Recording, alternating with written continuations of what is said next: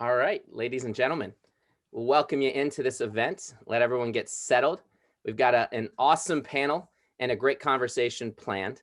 So thank you for joining us at tonight's event presented by the Junior Warriors. It is the State of Youth Basketball Today.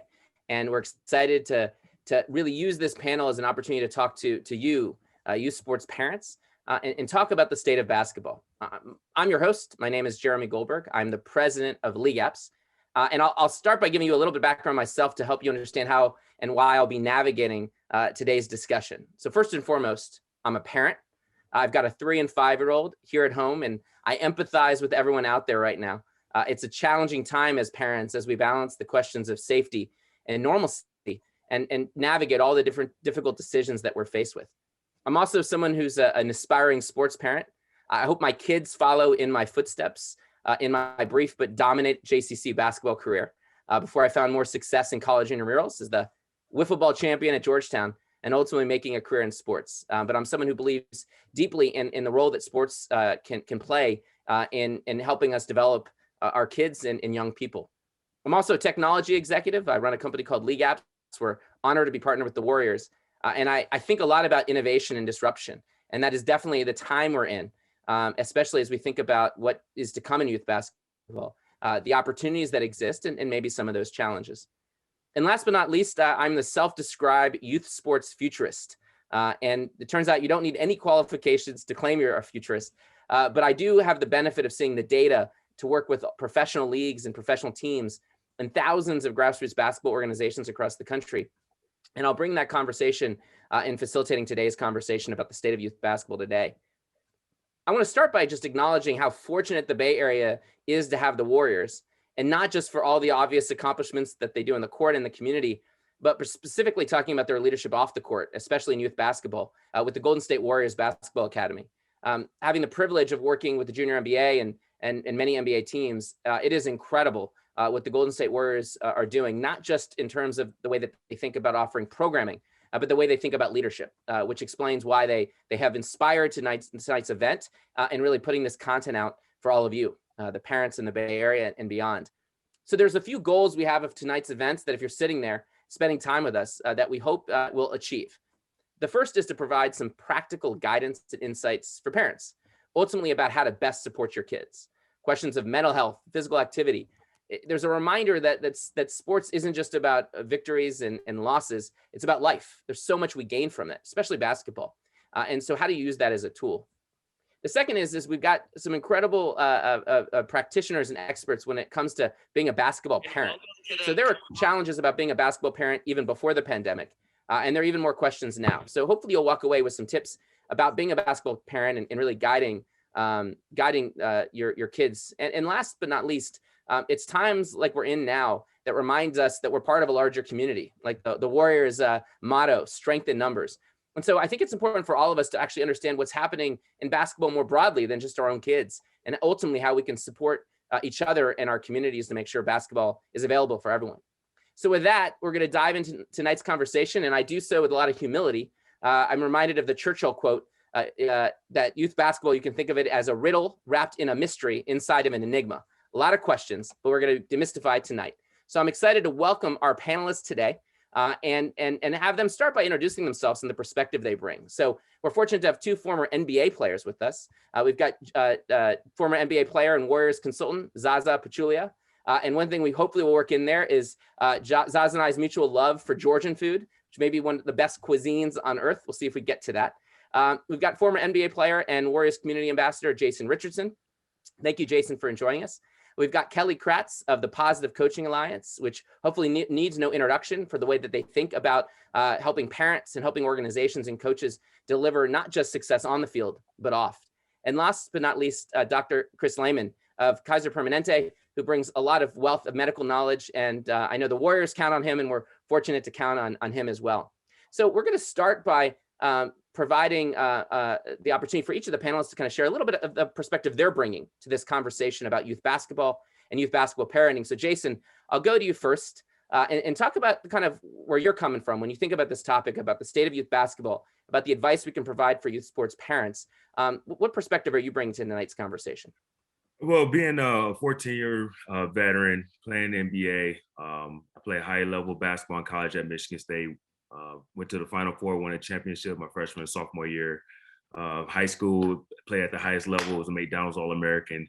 So I've seen every level from my own perspective, but now I have 3 kids. I have a daughter that's 21, that's playing D2 basketball at Metro State, and then I have sons that are 15 and 13. So I just see the changes over the years with youth sports on how kids just was enjoying the sport till now where it's so much pressure on these kids to perform.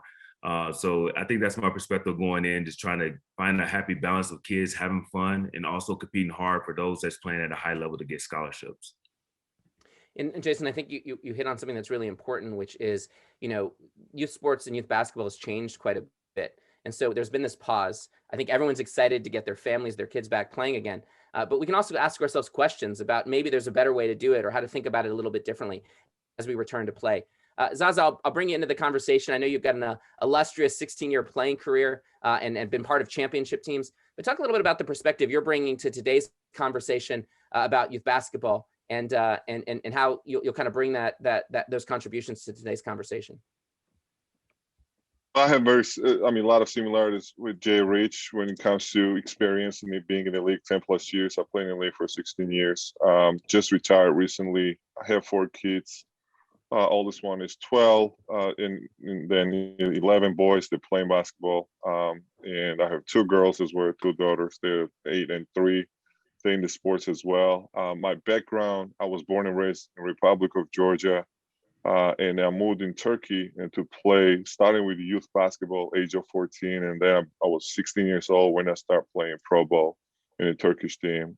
So a little bit different background when it comes to, difference between Jay Rich and I. And I never won a dunk contest, by the way. Also, I want to give a shout out to Positive Coaching Alliance. And I'm a big fan, to be honest. I learned so much. I literally follow you guys, message to Kelly, and I follow you guys in literally every single social media platform, because whatever you guys post and share, it's been so helpful to me as a parent, as a human being, and I learned so much. So thank you guys, whatever you do. You definitely helped me a lot. So yeah, I'm looking forward to this, in 1 hour to share our perspective, what we have done, what we have learned, to share with the audience. And, it's such a privilege, honor to be part of this panel. Thank you, Zaza. And I know also you think about it, being an entrepreneur, you think about technology. So we might even talk about some of the ways that innovation could be impacting the basketball experience moving forward. I also have in common with you that I've not won a dunk contest either. So we both have that in common. You teed it up, so I'm going to bring in Kelly Kratz into the conversation. And so Kelly, maybe talk a little bit about your own background and the perspective you bring personally, and maybe describe what PCA or Positive Coaching Alliance is for the audience, so that they understand, the resources and insights you're bringing to the discussion. Yeah, thanks, Jeremy, and thanks, Zaza, for teeing us up. That's awesome to hear. So my name is Kelly Kratz. I am right now about an hour west of Philadelphia. That's where I'm from. So my perspective on this, I am first and foremost a parent. I have 4 kids myself, ranging in age from 13 all the way up to 21. So 2 kids in college, 1 in high school, 1 in middle school right now. So it's been really cool and interesting to connect my job with parenting. And this last year, we have been doing a lot of workshops. For those of you not familiar, Positive Coaching Alliance is a nonprofit based out of Mountain View, California. We started back in 1998 with the goal of developing better athletes, better people. It's that simple. So our focus has always been on coaching for the life lessons that sports can teach. And so what we've done over the last, 21 years has really been focusing on coaching and athletes and parents and leaders. And this year, when, all of a sudden, exactly a year ago, when all of a sudden sports stopped, coaching stopped, teams weren't together, we had a lot of people reach out to us and say, hey, we need strategies. We need to dive into how we can help our kids when we can't see them. How can we help our athletes? And then how can we help our parents? So I was brought in for a lot of parent forums. We've done over 1,200 workshops since this pandemic started. Our bread and butter has been live workshops. We've pivoted and done them on Zoom. So it's been really cool to be able to bring in people. We have an amazing national advisory board of professional athletes and psychologists, and we've been able to bring them into our workshops and really tap into how can we help parents during a pandemic. Being a sports parent myself from the East Coast, we have had sports back for a while now, for a few months. And so I'm also a basketball parent. My 8th grade daughter played basketball, and it's been a struggle. So I'm going to bring some of that today, share some of my experiences with that. I was also a 3-sport athlete in high school. I coached high school basketball. I coached college basketball. I've been a lacrosse coach for the last 27 years. So I have a coaching perspective too. But I think right now, just focusing on how we can help parents adjust and ease into the next phase of this new normal. Yeah, thank you for being with us, and thanks for all the great work that PCA has done. I know we're relying on a lot of that insight tonight. Last but not least, we've got Dr. Chris Lehmann here from Kaiser Permanente. He is the orthopedic surgeon for the Golden State Warriors and brings a medical perspective here, a sports perspective here. So Dr. Lehmann, maybe you could share a little bit about the kind of lens you're bringing to this conversation. I know one of the concerns is how do kids come back in a way that's safe? But more broadly, you have such a important medical background. Talk about the lens that you're going to bring to tonight's conversation. Sure, Jeremy, thanks. Well, I guess I'm probably not as accomplished as many other athletes here. I was about 15th man on a high school basketball team that did win a national championship. So I had some skills going back then. But after high school, I didn't play any more organized sports other than just pickup games, and got into actually coaching kids then. So I did camp counseling, summers of college. As soon as I had my kids, I've got 2 boys, started coaching them. So I think the first time I heard about PCA was at Little League as a coach. It was one of these, one more thing you got to go to as a parent coach, and was so shocked how pleasant it was, how much I learned. I thought as a physician and taking care of kids and athletes, my career, I thought I kind of knew a lot of the stuff that PCA talks about, but it was really eye-opening. So, here's to Kelly and everything PCA does, because it is great.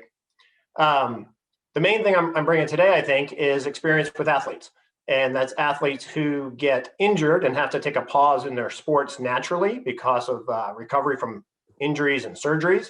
And I think that really applies in a lot of ways to how kids and families are having to have this long pause, and how we can safely get people back to the things that they can transition into sports and have a bit of a different perspective, where it's not just about go, go, go all the time, but how can we go, go, go safely, smartly, and what can really be the best way to return to things.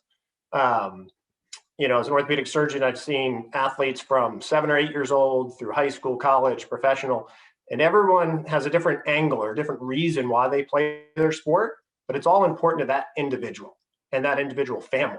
And so how we can really touch that individual in a big sense through Warriors Academy and everything else, that's, hopefully we can connect all those dots through this conversation. Well, I first of all, I appreciate everyone being with us, and I'm excited for tonight's conversation. I do want to point out that there's a Q&A button you'll see on Zoom, so feel free to click on that, and you can pose a question that we can incorporate. I know a few folks have submitted questions in advance, so we'll make this interactive. So use that Q&A button if you want to submit a question for consideration. And I'm going to start where I think Kelly and Dr. Lehmann left off, which has to do with the importance that sports can play, even if you're not a professional athlete. But I'll pose this question to the professional athletes among the group first, which is, one of the things I think that's really important to think about is what sports offer, right?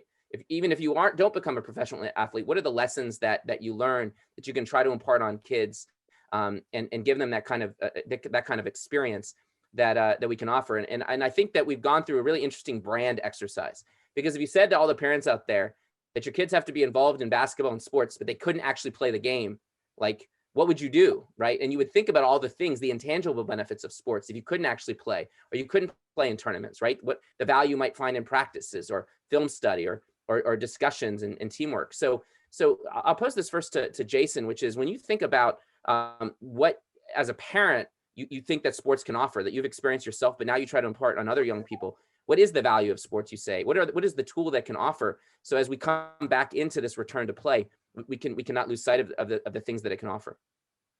Well, I think sports offer a lot of things.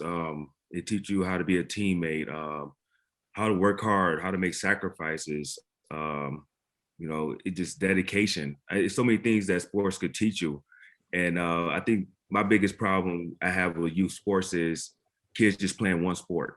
I think kids should play multiple sports, because multiple sports make them do different things. If you're really good at basketball, you might not be so good in baseball. So now it's teaching you how to do hard work. And there's so many things that the sports could teach you, life lessons. And my coach always used to tell me when I was younger, uncoachable kids become unemployed adults.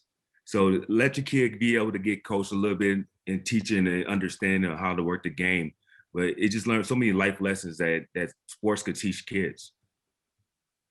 Yeah, I like that idea of the uncoachable kids become unemployed adults, which basically means if you want your kids to live with you forever, then don't try to put them in a position where maybe they're not coachable. You're trying to play that coaching role. Zaza, when you think about what sports offers, as someone who's personally been impacted by it, I know you do a lot of work within your country to think about sports as a platform. What's the perspective you can offer the audience and the parents tonight about what sports can offer folks as and things that we can keep in mind as kids get to play basketball again?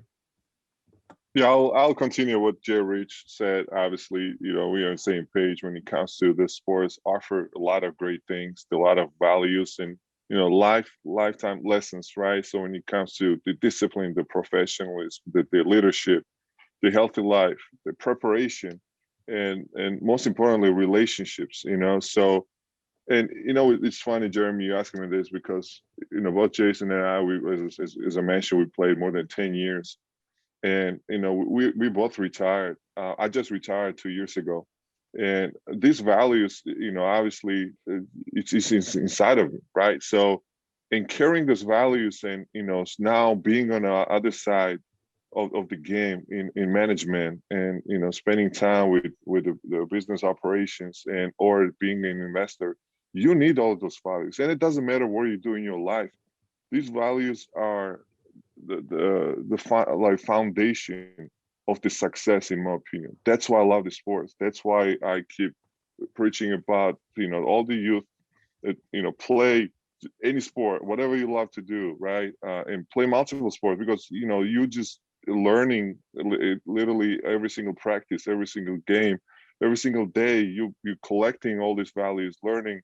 And once you have this, you can open any door to, and you carry the professional discipline, leadership, all we just talked about, you have a chance to succeed. So that would be my response to your question. Yeah, you make a good point. I think we think a lot about, when we have parents, the experience kids are getting and the immediate feedback you get in terms of wins and losses and those lessons. But when you learn to work as part of a team, you learn resiliency that has an effect that lasts a lifetime. I think there was a Pew study that predicted kind of the jobs of the future, and about 83% of all those jobs are going to be the ones that are most reliant on people's ability to work as part of a team, those social skills, right? And if you're staring at your phone all day, you're not engaging as part of a team, you're not winning and losing as part of a team, you don't bring that same skill as you do if you've been part of sports. And so that's an amazing investment we can offer our kids, not just the education they get in schools. Kelly, you have an interesting perspective when you think about what's happening in basketball today.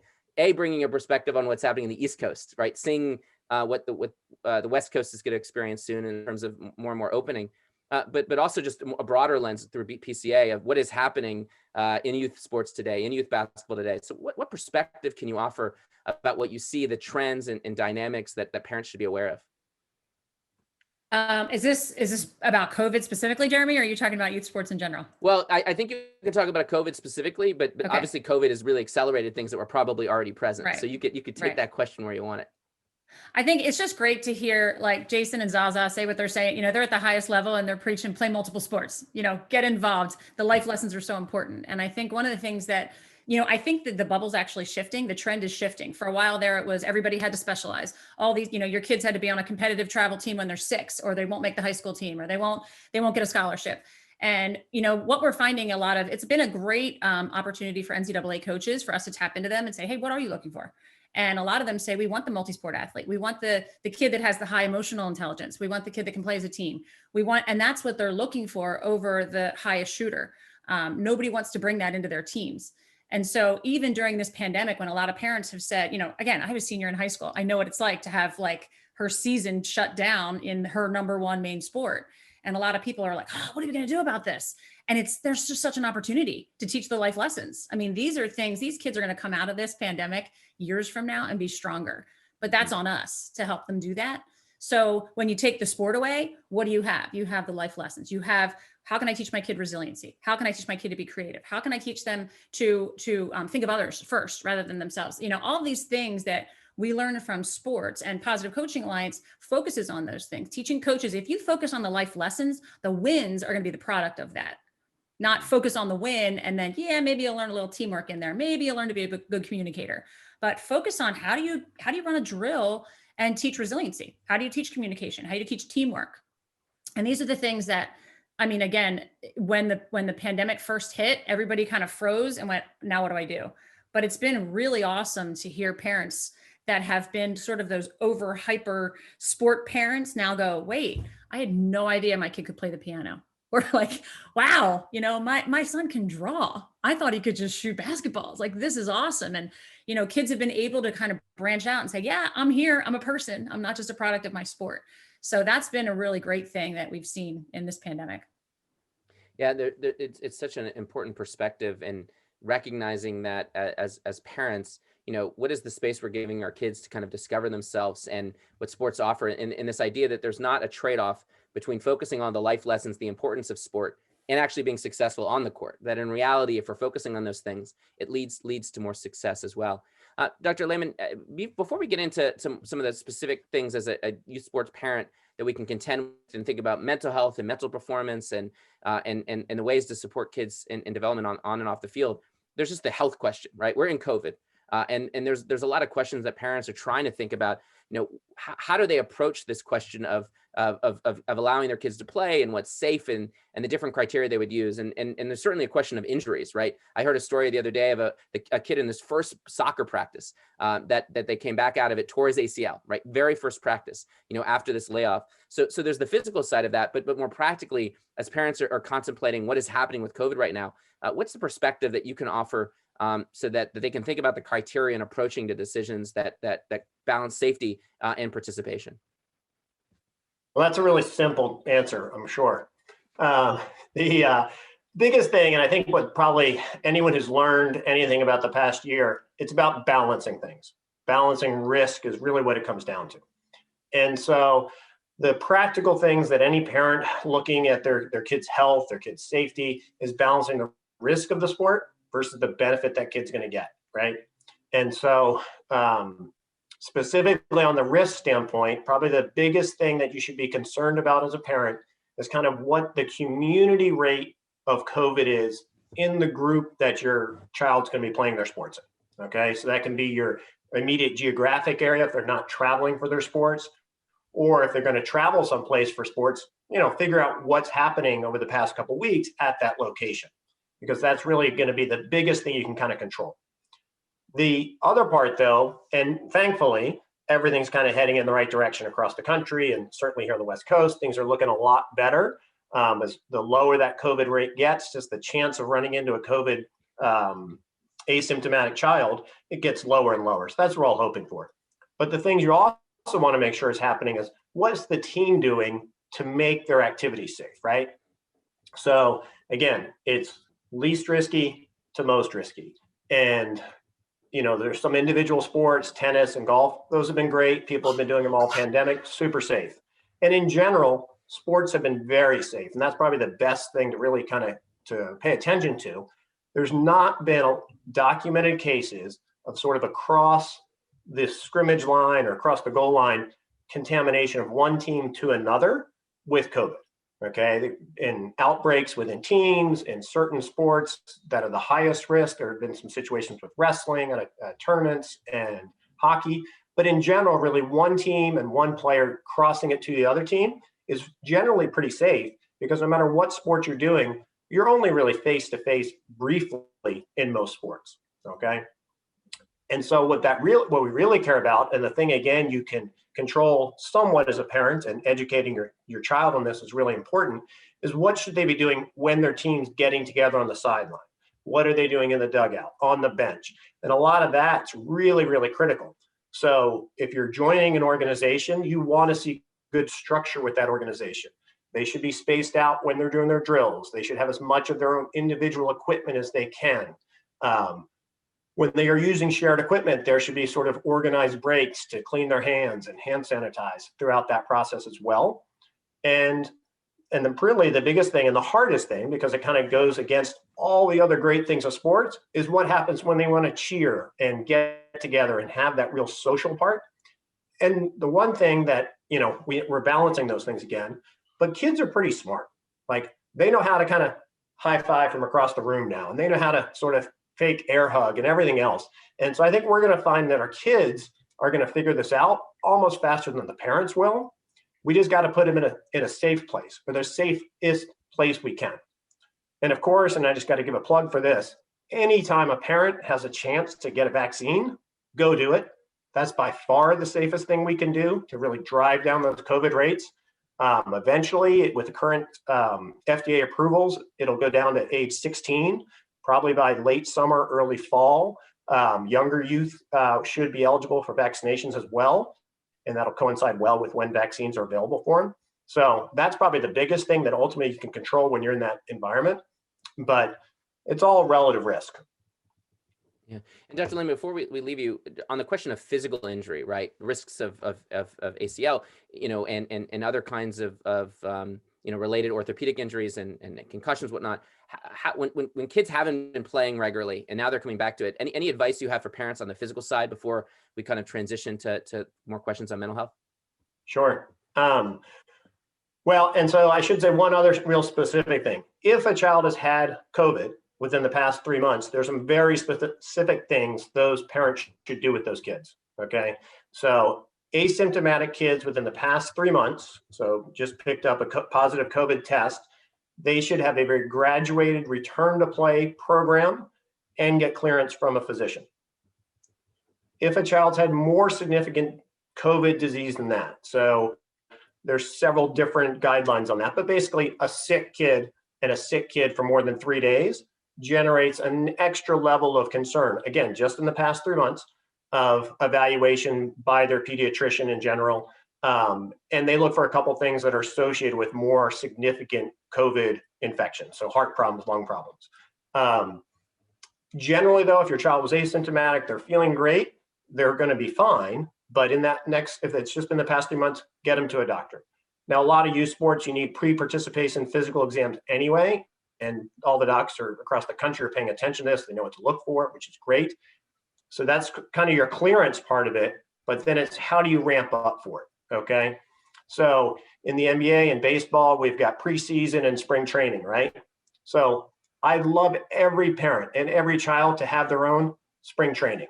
And that's how we can most safely get people back to sports. So at a minimum, it should be at least 10 days of a ramp up period. And ideally it'd be longer than that, but I know everyone's really anxious to go, but at least 10 days.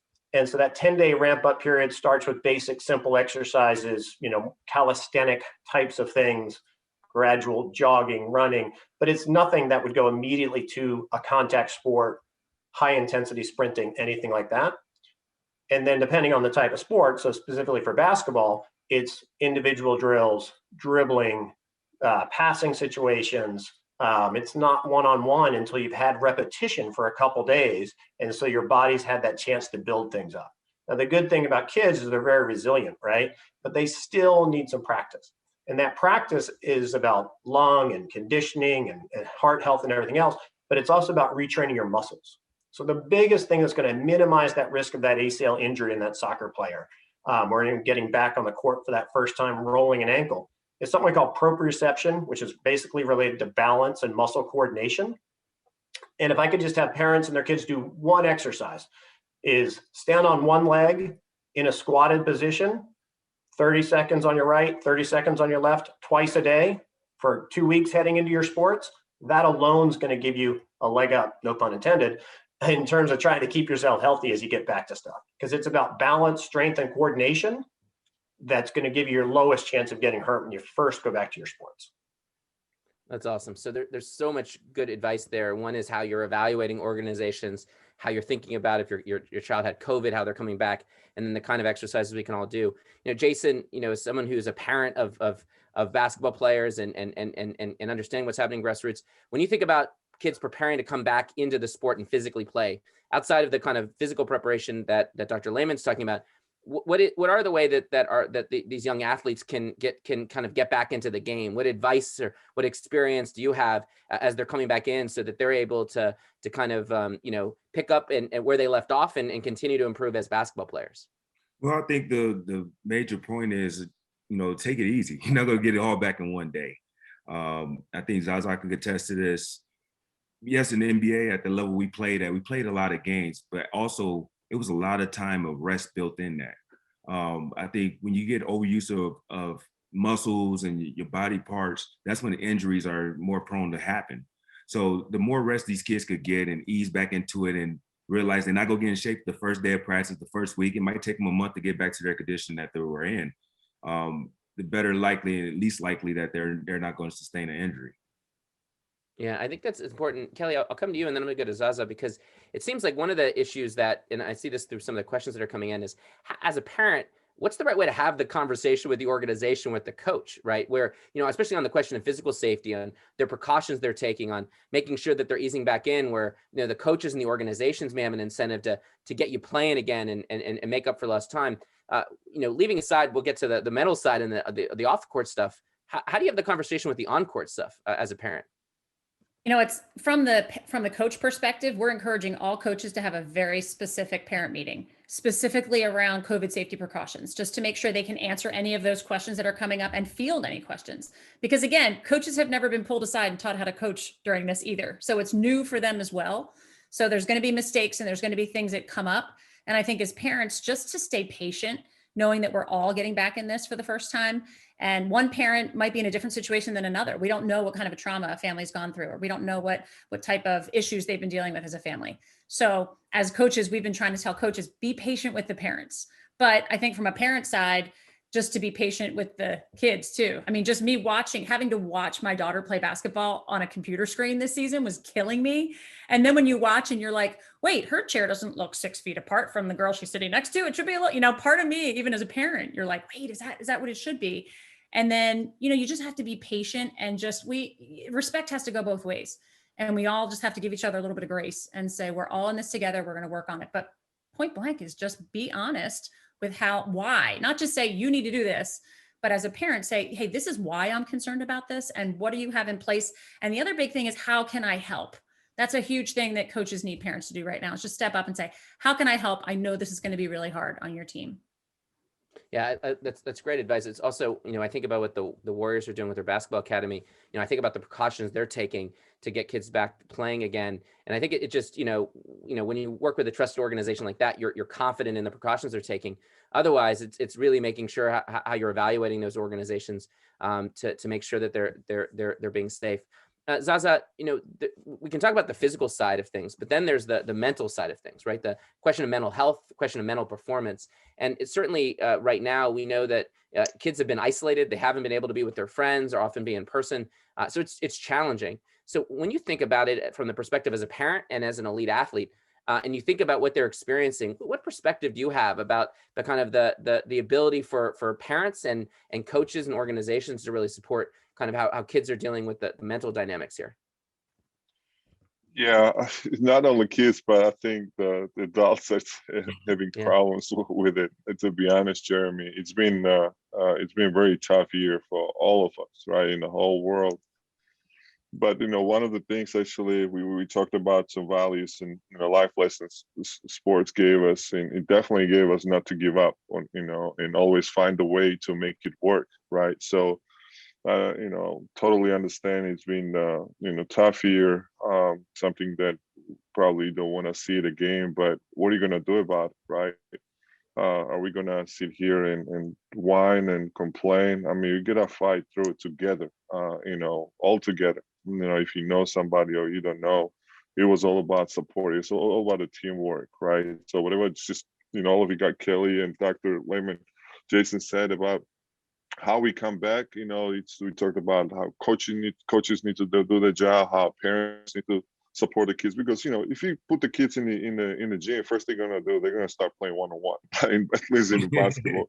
So we have to really have a really high level communication and be prepared for like first couple weeks at least, right, to avoid the injuries and stuff. So And mental health also is a huge problem, right? So I think communication is important again. And one of the things actually I learned throughout this year, how to balance work and time with the family, right?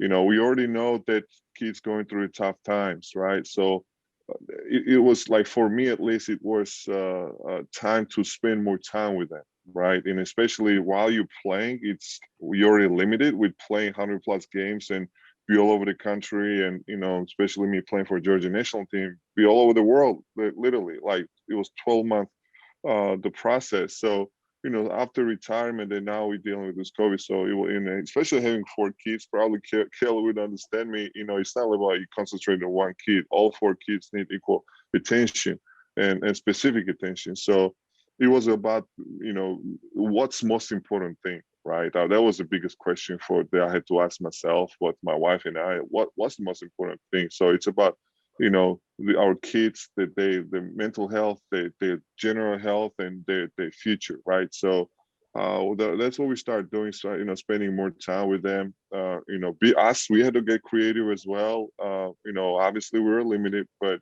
we had to find a ways to avoid those screen times and do different kind of activities, either as a family or individually, or Dr. Lehman mentioned about balance, strength, and conditioning. So we were doing whatever we could do at home, like if it's balance and or work on the strength. So kind of make it interesting and drawing a big picture and explaining about the big picture for our kids and bringing some examples.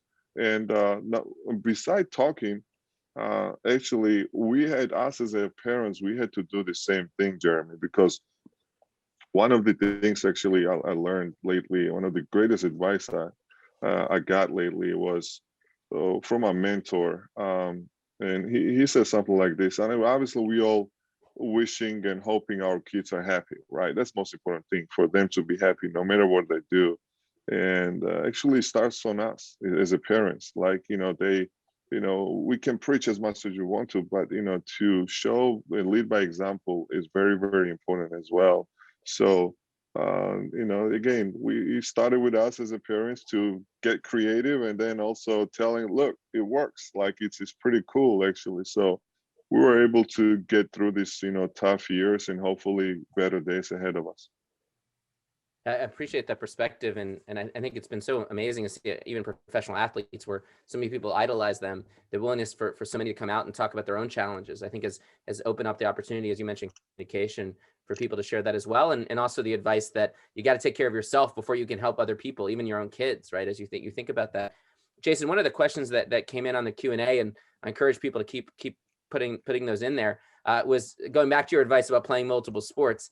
And they said, well, if there's pressure to play one sport, isn't there just more pressure if kids have to play multiple sports? So when you think about your advice to play multiple sports, how do you balance the demands that might create for them from a mental perspective? I'm sure you have a good answer to that, but I know Ralph wanted to know. Yeah, well, the thing is, every sport you play doesn't have to be at a competitive level, tribal level. I have my sons, they play, soccer, lacrosse, basketball. Even though basketball is their main sport, they might play a little lower level at the other sports. But it's just teaching them how to be, kids. Kids got to learn how to be kids also. I mean, I think sports have become such a business that a lot of these kids put pressure on themselves. They're not even really having fun or even performing. So when I say play multiple sports, one, the main thing is find a coach or find a organization that allow you to play different sports. A lot of these coaches don't want you to play that sport. It's not a good fit for me, in my opinion. A lot of these coaches understand that these kids need to play other sports. And I think Kelly mentioned earlier, these college coaches are looking for the multi-athlete, kids right now. They just don't want the kids that just specialize in one sport. They want them to do everything, because you could teach athletes how to play different positions or how to train them to do different things. So it doesn't always have to be an elite level program or elite level sport. Put them in the YMCA, just let them be kids. Let them, nobody coach, let them just go out there and have fun. And that way they learn how to gain the love for the sport. And that makes them teach them how to work harder once they start learning and loving the sport. Yeah, I remember I think I did an event with Don Showalter, who is works and coaches the USA basketball men's junior national team for many years. And he was describing that if a lot of the elite athletes, many current NBA players, one of the things he realized is if he couldn't get them to play for another sports organization, he mixed multiple sports within their program. And he realized that, tennis and volleyball, you learn rotations that helped you with rebounding, right? As an example. So when you learn these other movements and things like that, and you strengthen other muscles, you could bring that back into the primary game. Dr. Lehmann, I'll come to you before we kind of leave the topic of mental health, because I know this is a topic that Kaiser Permanente you're with has thought a lot about. And when you think about questions of anxiety and depression and those kinds of issues, there's not only been lots of concerns by that, but it's even magnified, especially for those that are coming out of higher poverty situations or may have had less access to resources during the pandemic. So any advice in terms of warning signs of mental health issues for young people? Any advice you can give to parents so that they can make sure that they're spotting anything that's going on? Sure, yeah. And I'm just going to look at some notes here because I think it's so important to really understand a lot of these different things, because these warning signs can be subtle and they can be very common. And what we do in response to them really determines everything as we help out our kids and help out other people. So sometimes it's as simple as being withdrawn, extra quiet, sad, scared, anxious. Those are kind of the most common things. But those are all things that everyone should have experienced, unfortunately, for the past year. We were all a little scared, anxious, and sad, and everything else. And so really it's, how bad was it? How did you deal with it? And this is why sports is so great, because sports teaches you how to deal with a lot of those same things. Being sad when you lose, being anxious about, making that last second shot. All of those learnings that are simple and you start at a low youth competitive level and gradually build up, make better adults, really. So both you can get hired because you know how to work in a team environment, but it actually makes you a better person on the inside too. But it's also real. This mental health thing is super common, unfortunately. There was a study last June, so kind of in the middle of early part of the pandemic there, and they looked at 5,000 adults, and up to 11% had actually considered suicide. So a very sad, depressing situation, 11%, right? And if you skew to the younger populations, those percentages are actually higher. So it's a real thing out there. It's super common. And what are we going to do about that, right? We have to find a way to cope with it and adjust to it. And the biggest thing is talking about it. So just hearing people talk about suicide or talk about depression, talk about being anxious, actually makes other people less anxious, less depressed, less prone to those more significant conditions. And so at Kaiser, they have something called findyourwords.org. And it's basically that. It's trying to help you find words to have conversations within your family, in a team situation, and for both young and adult. And it's a great resource for people. And anyone could go to that website and use that and try to incorporate that into their lives. But really what it's talking about is, okay, I'm sad, I'm depressed, but let's figure this out. And, as we goes back again to that sports analogy, everything we experience with the mental health conditions are little microscopic versions of sports. And so as we safely transition back to the sports, people are going to get that encouragement. But, it's going to be a risky time because some kids are going to be scared to go back to sports right now because of COVID, and as our parents and everything else. So just like you don't want to push your kids too hard to go into that super competitive sport. But as a parent, take your time and say, maybe my child's not ready. They want to play sports, but they might be nervous to play it. And again, that conversation, and this is what Kelly, I think, said, really ask the coach, like, what's the coach going to do to help my kid who's maybe nervous to be in a crowd of 25 people that they haven't been around anyone really for the past 6 or 8 months. So, it's like anything in life. Talking about it makes it better. And, reach out to medical professionals if you are seriously concerned about your children. That's very important. And again, it's very, very common. So everyone's going to have a little bit of anxiety, a little bit of depression, and helping your family, helping your friends through it. That's what makes a community. And sports are a great community. The Warriors are a great community. And every individual family can be their own community to help themselves out. Yeah, it's such a great point. And I think when not only as kids get the opportunities to play sports again, it's about learning those lessons, but you're also then bringing in a broader community of other parents, of the coaches, peers that are also in a position to recognize some of the issues that may be going on that that may not have been seen when the kids are isolated at home. So Kelly, we've covered a lot of ground here: physical, mental, well-being, and let's get to the real role of a youth sports parent. I can't help but think even pre-pandemic, when people talked about esports, the real secret about esports and video gaming was it was youth sports with video games, right? It was games and tournaments and events with video games, but the parents didn't figure out what was going on. So the kids were able to do this on their own without the pressure, without the dynamics. And I'm reminded of something David Robinson, the NBA great, once said, which is, if you don't define the role for a parent, they're going to define it for themselves, and it may not be what you want. Mm-hmm. So that's certainly the advice for the organization. But from the parent perspective, what is the role of the parent? And especially when it's different, right? When you may not be able to go in the bleacher, maybe you're not even allowed to cheer if you are there. So it's got to be challenging. So what advice do you have for parents about what their role is at a time like this? Yeah, thanks. That's a good question. And I could do a 2-hour workshop on it right now, Jeremy, but in a nutshell, well, we can find out how do you get people to come into your organization. So we'll make sure we end on that. There you go. We have a term for parents. We call them second goal parents. So meaning the coach's goal is to win and teach life lessons. The coaches have 2 goals. Parents' goal is the second one. So we want the parents just to focus on the life lessons and supporting their kids and supporting their coaches. So, all the tools that we talk about, having a mistake ritual, having your kids be able to flush something and put it behind them and get ready for the next play, focusing on what you can control. These are all things that we teach coaches that parents need to be right in line with the coaches on. And there's no better time than now as parents, as we've flipped to how do we help as parents support their kids during this. We've talked about all those touchy-feely words that everybody thought don't really matter, like empathy.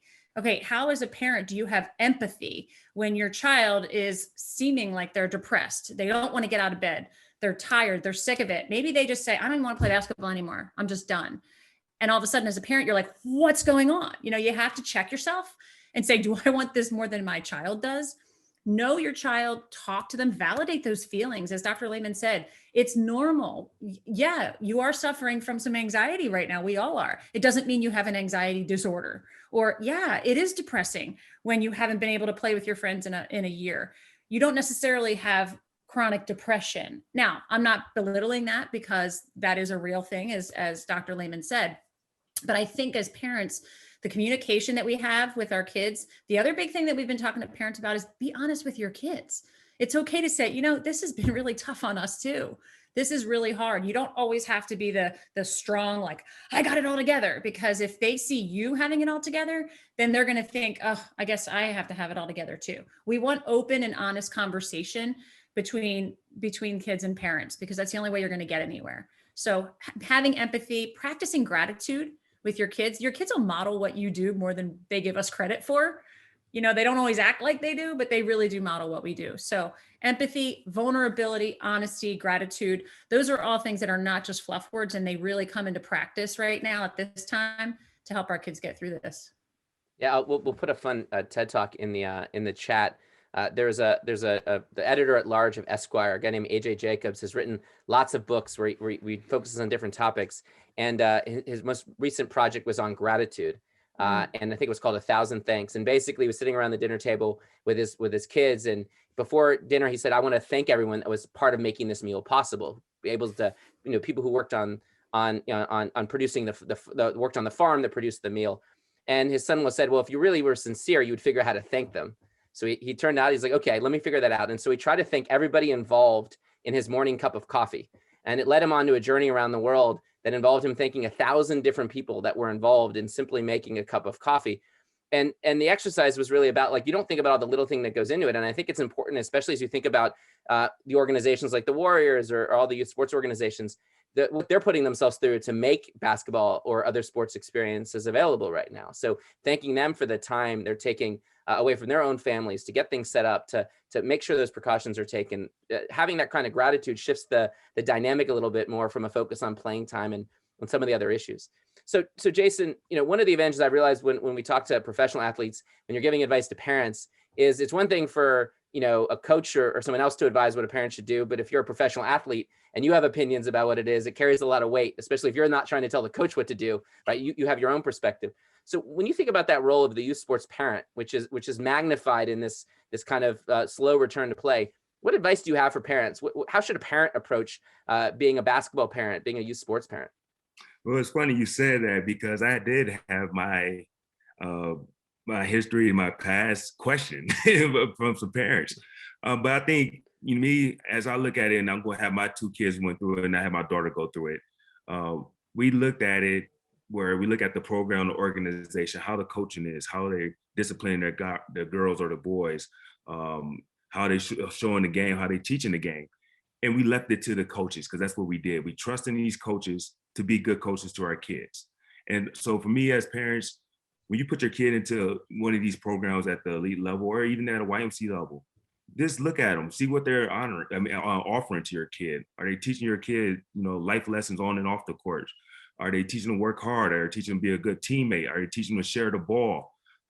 So when you do that, you feel more comfortable as a parent. And so right now, we did that. We just moved to Las Vegas, and we put our kids in a situation where we kind of sat back and looked at a school for 2 years and just see how they operate, how they teach their kids, how they play the style of game. And we don't have any conversations with the coaches like, hey, how you guys are doing? That's about it.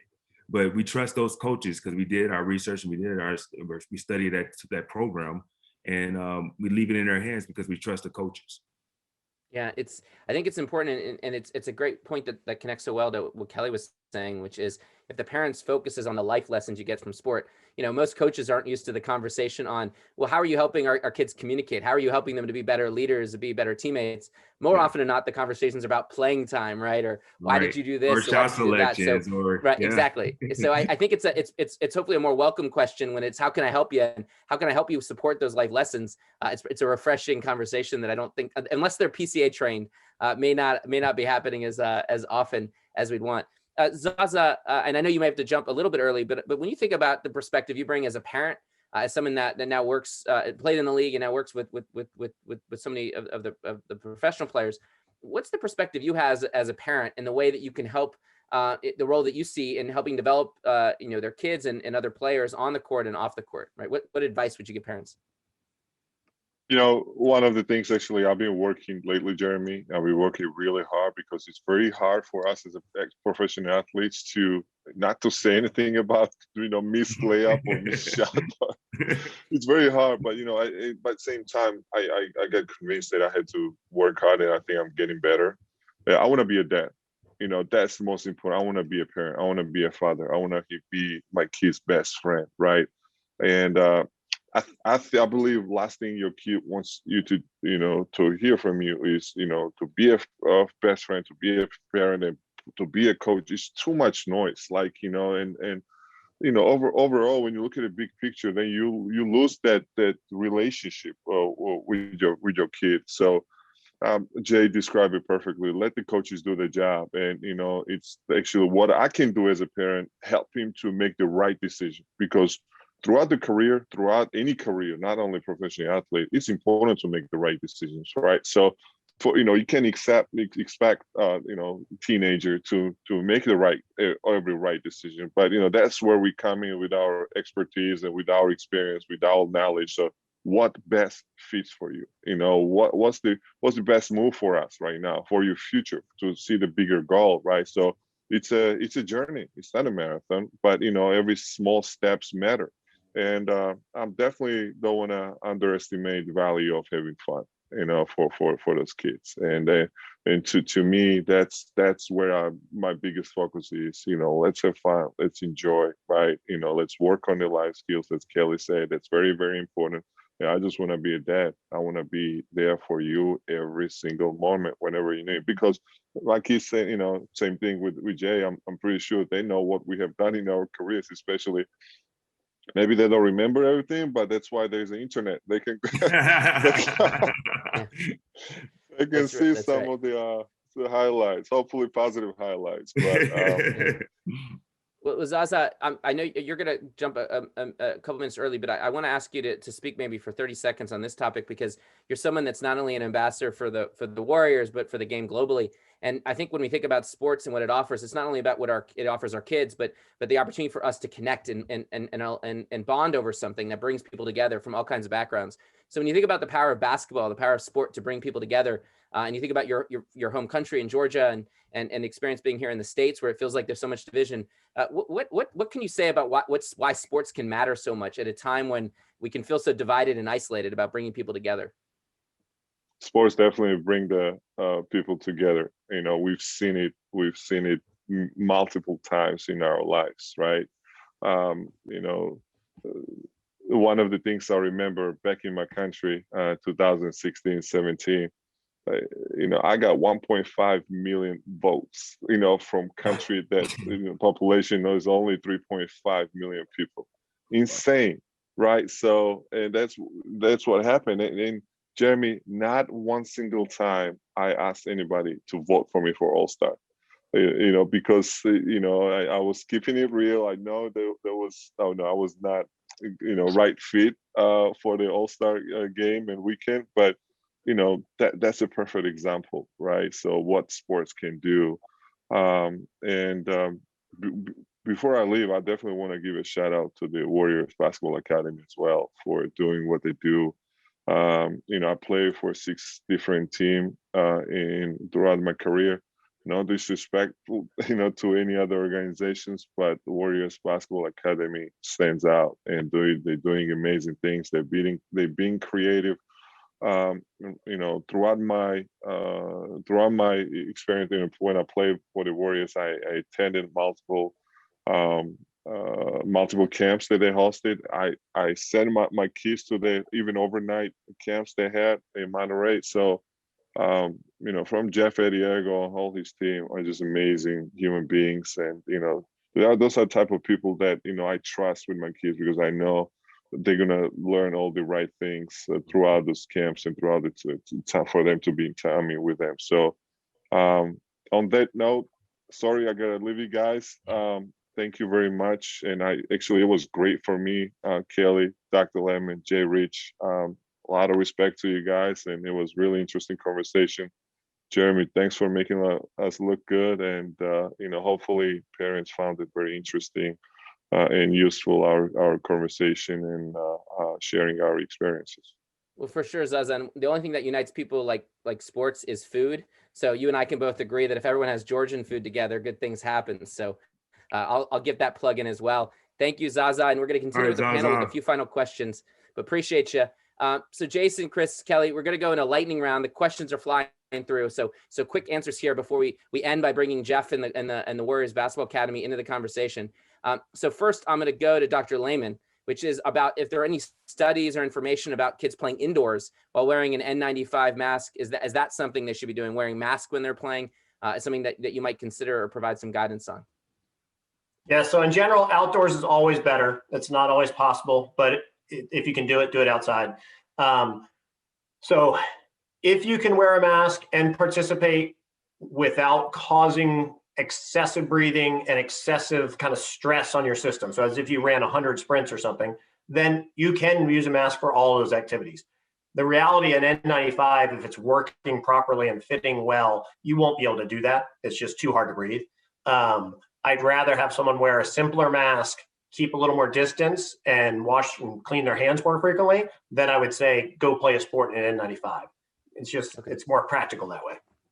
So Kelly, one of the questions that came in is what if the coach in the organization doesn't communicate well, they're not all that organized, but you don't think that there's other options? What do you do in that particular case?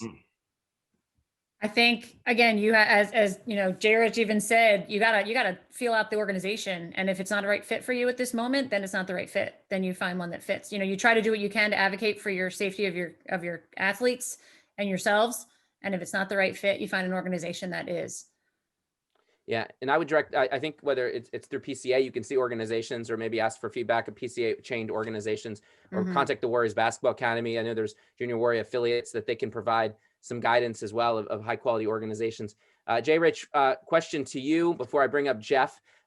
What advice would you give to an athlete who's a junior in high school where there was a critical year for college recruiting and maybe lost the chance to play college ball because he didn't have a chance to progress in the sport? How do you handle that conversation as a parent? No, that's a tough thing that's going on right now. I have a couple of kids I know that's seniors in high school and they missed out on the opportunity. But the great thing about it, you're still a junior, you still have an opportunity. You have a whole summer where a lot of college still recruiting in the summertime, and you have your whole senior year. So don't give up on that hope. It might look like the door is closed on you right now, but continue to work hard, continue to practice, and the opportunity still will be there. Sounds good. Well, you can just quote Jason Richardson. That'll inspire you as well. So I want to thank the panelists. I'm going to pass the ball over to Jeff Adiejo, who is the incredible leader of the Warriors Basketball Academy and inspires everyone in basketball in the Bay Area. And so, Jeff, the fact that the Warriors Basketball Academy put this on is a testament to what your programming is all about, the organization's about. So thank you for having us, and I'll turn it over to you to bring us home. Well, thank you for those kind words. And, you know, what a powerful, informative conversation and discussion. And, you know, some great points from Kelly and PCA, and great insight from Dr. Lehman. And then just to get the perspective from Jay Rich and Zaza, you know, not only as a director of a youth program, but as a parent myself, just to get this advice and get these tidbits of information is something I think we're all craving. And their way of delivering that, I think, was fantastic in this setting. So kudos to you, Jeremy, for facilitating this conversation. Thanks to your team at LeagueApps. And we're really excited about some of the things that we are potentially going to be able to do in the future. Awesome.